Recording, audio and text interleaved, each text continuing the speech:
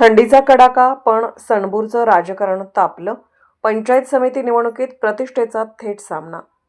जिल्ह्यात पंचायत समिती व जिल्हा परिषद निवडणुकांची रणधुमाळी आता उघडपणे सुरू झाली आहे. थंडीचा कडाका वाढत असताना निवडणुकीचा धुरळा मात्र दिवसेंदिवस अधिकच उडू लागला आहे. माघारीची अंतिम मुदत 27 जानेवारी 2026 दुपारी 3 वाजेपर्यंत असली तरी रिंगणात उतरलेल्या अधिकृत उमेदवारांनी प्रचाराचा झंझावात सुरू केला आहे.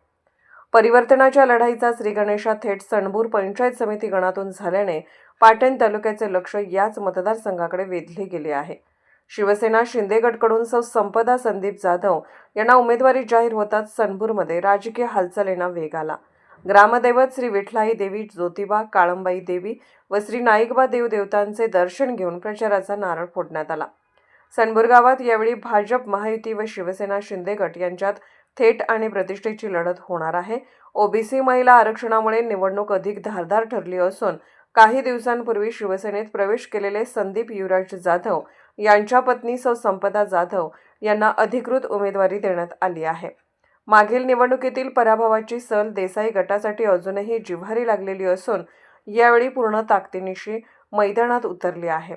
मागील लढतीत तब्येतीमुळे मर्यादित प्रचार करता आलेल्या पालकमंत्री माननीय शंभूराजे देसाई यावेळी ठाण मांडून प्रचारात उतरणार असल्याने सामना अधिक चुरशीचा ठरणार आहे.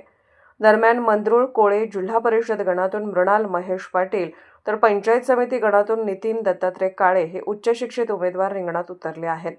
5 फेब्रुवारीला मतदान व 7 फेब्रुवारीला मतमोजणी होणार असून सणबूरचा कौल संपूर्ण तालुक्याची राजकीय दिशा ठरवणार असल्याची चर्चा आहे.